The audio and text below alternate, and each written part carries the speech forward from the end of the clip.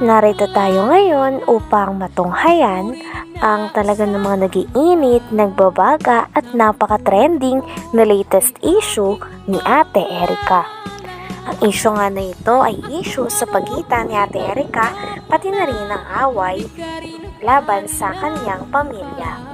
Sa pagpapatuloy nga ng ating istorya ay bumalik ulit ng pangalawang beses si Kalingap Val Santos Matubang sa bahay nila Ate Erica. Nung sa ganon ay may interview muli si Lolo Miguel na lolo ni Ate Erica pati na rin ang tita niya.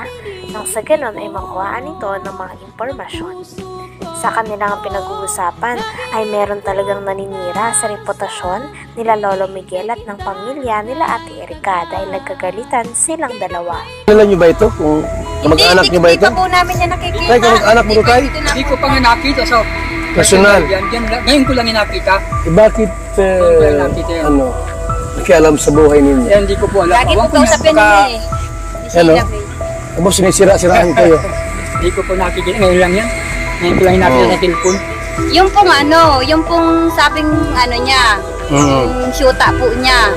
Sino syuta? Ang Jowa nito? Jowa po. May jowa ito, tumboy? Ano pangalan? Si Amy. Basta yung po nagpunta dito po ng mga ilang. May girlfriend?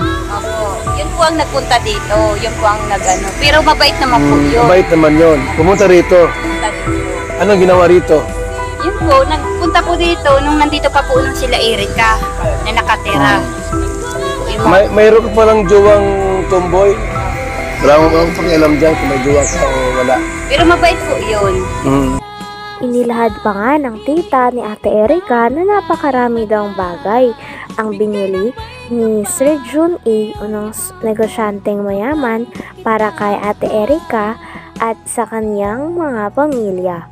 Binilan nga siya nito ng lote, ng bahay pati na rin ng NMAX at tricycle. Ayon naman kay Lolo Miguel ay sinabi daw ni Sir Jun A na ang tricycle na yon ay pang pamilya. Ngunit ang nangyari ay kinuha daw ito ng ate ni Erica na si Sheila May kasama ang kanyang asawa. At hindi nga din ito nagagamit ng buong pamilya ni Ate Erica dahil ang mga pinamigay at tinulong ni Sir Jun A para kay Ate Erica ay talagang tinatago ng ate niya na si Sheila May.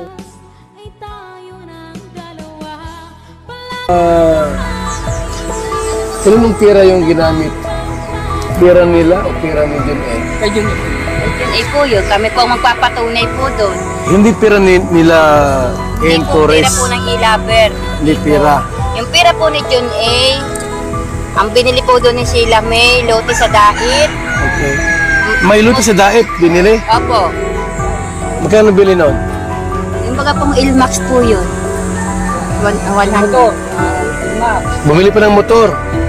Tricycle. Oo, ang dami. Tricycle pa. Motor, tricycle pa. Pero ang pagkakasabi ko, ang dinig ko, yung may tricycle ngayon ay pampamilya. Pero inang Sabi nila. nila. Inang kinino? Yung asawa. Sino yung asawa? Kapangalan po. Sheila May, asawa niya. Pero ang sabi ni Jun A, pang-pamilya. Ano ibig sabihin? Kasama kayo doon? Siguro po, sabi daw. Pang-pamilya. Baka sa kanila lang. So, nasa yung Inmax na motor. Naka-Erica po. Siya po Ginagamit niya. Ngayon, Tinanong din ni Kalingap Val Santos Matubang sa tita ni Ate Erica pati na rin kay Lolo Miguel kung magkano kaya ang naitulong ni Sir Jun A sa pagsusponsor at pagtulong kay Ate Erica. Sumatotal nga daw ay tansya daw ni Kalingap Val Santos Matubang ay nasa 2 million ang naitulong niya kay Ate Erica sapagkat ang bahay ay nagkakahalaga ng lagpas 1 milyon at may binigay pa si Sir Jun A na motor pati na rin tricycle para sa pamilya sana ni Ate Erica. Ngunit simula nung nabigyan na sila at nasusustentohan na sila ng mga pera ay nag-iba na nga daw ang ugali ng ate ni Ate Erica na si Sheila May, damay na rin daw si Ate Erica dahil bigla na lang nilang iniwan ang pamilya na nagpalaki sa kanila. ang pamilya, baka sa kanila lang. So, Nasa yung Inmax na motor, Naka-Erika po. Siya po ginagamit niya. Ngayon, yung pira dito sa paggawa ng bahay, kaninong pira yan? Kay Sir Jordan rin na po po. So hindi lang kalating milyon ang nagastos niya. Hindi po kalating Malaki. milyon yun. Mahigit pang 1 million yun. Ang alin? Ang halaga nun. Ang alin? Yung bahay ko yun. Itong bahay na ito, higit 1 milyon. Meron po makakapagod natin yung mga Ito ginawa po, ko mga yung nakakita. asawa nito. Yan. Ginawa ko So, O, ayun ang ebidensya. So tayo, kung tutusin, kung pintahin lahat, ba't ang mga 2 milyon ang pirang binitiwan ni Sila na John A? nagpaganda. baka higit hanggang loob ng bahay. Hindi, kasi may Inmax pa. May motor, sidecar, may lupa pa sa dait. Grabe, mayaman si John A pala, no? Kaya nga po sabi ko po, tumigil kayo kung ayaw ninyong malaman ang katotohanan ng mga tao na binabaliktad ninyo sa amin na wala naman kami. Pinaparatangan din si Lolo Miguel na siya daw ang kumukuha ng pera dahil siya daw ang inuutusan o pinapakausapan na bumili ng mga gamit sa loob ng bahay na pinagawa ni Sir John A para kay Ate Erika sa kanyang pamilya. Ngunit kiit naman ni Lolo Miguel ay wala naman daw napupunta sa kanya sapagkat pinapabili lang daw siya, at kapag pinabili daw siya ng gamit ay binibili niya naman daw talaga ng walang labis at walang kulang. Talagang ang source ng pera ay nanggagaling kay Sheila May na ate ni Ate Erika, dahil sa kanya daw nagpapadala at siya ang kumakausap kay Sir John A. Sabi pa nga ni Kalingap Val Santos Matubang ay may tuturing talaga na parang buhay prinsesa si Sheila May dahil may mga taga-utos ito. Kaya ito, ayoko naman po na parang daldal ko, tapos yung pala, tama si N. Tunyacao Torres, yan o. Hindi namin yung Eh, Lolo Migs, ano kaya yung topic natin dito? Diba, pera at ikaw ang may hawak yung pera, hindi si May. Dahil kayo ang bumili ng gamit. I have some evidence of what happened from the start. Yung pirang yun, ibinibigay lang sa akin para bumili ako ng mga mga gagamitan sa bahay. Pero nasa kanya ang pira, siya ang na-withdraw. Siya ang uli-uli mag-asawa sa dait. Dito na sila natutulog. So, doon sila natulog. Pag makain sila at hindi gusto ng ulam dito, doon sila nakain sa dait. Sino? Yung sila? Mag-asawa. Sila May. Sila May, yung tatlo. Buhay ray na. Uy, ray na nga. Nangyayari. Ano? Talaga. Kahit uuwihan dito, ni isang mansanas, hindi man lang bigyan yung apo. Grabe naman. Ayun. Kaya po, kasi nungalingan po yung sinasabi po niya ni Amy Torres. Alam ko po na Talagang parang tinatakot pa nga ang lolo pati na rin ang tita ni Erika ng mga taong galit sa kanila na kampi kila Ate Erika.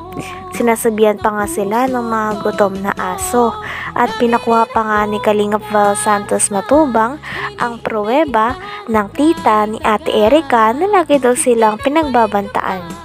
Sabi nga din ni Kalingap Val Santos Matubang ay hindi na maganda ang nangyayari dahil may mga pagbabanta na nga daw, nakakasuhan sila at marami pang paninirang puri ang sinasabi sa pamilya ni Ate Erika. Mansanas, hindi man lang bigyan yung apo. Grabe naman. Ayun. kaya po, kasi nungalingan po yung sinasabi po niya ni Amy Torres. Alam ko po na lagi yan kausap po ni May, magdamag-damag, magkausap po yan lagi dyan po sa kwarto. Yan po lagi ang magkausap. Saka si Sheila May. Umpisa pa po nung hindi pa po lumilitaw si Sir John A, magkausap na po yan. Hanggang dumating si Sir John A, sila na po lagi ang magkausap hanggang ngayon. Sila po ang laging mag-uusap. Nasa likod po si Sheila May kay Amy Torres, siya po yung nagbibigay yata po ng update. Okay. Kaya kumakalat po. Bibigyan ng mga salita para kumalat sa kanila. Parang tinatakot pa kayo, ah. Nandiyan po yung si Kuya Bal yung yung text nila na kami, gutom na aso, nandyan. Kunin mo daw. Tingnan natin.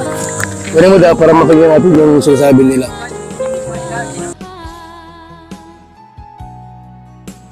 Hanggang dito na lamang muna ang ating napakainit, nagtitrending at talaga namang mas nakakaintriga na issue ni Ate Erika. Maraming salamat sa inyong panonood. Hanggang sa muli. Bye!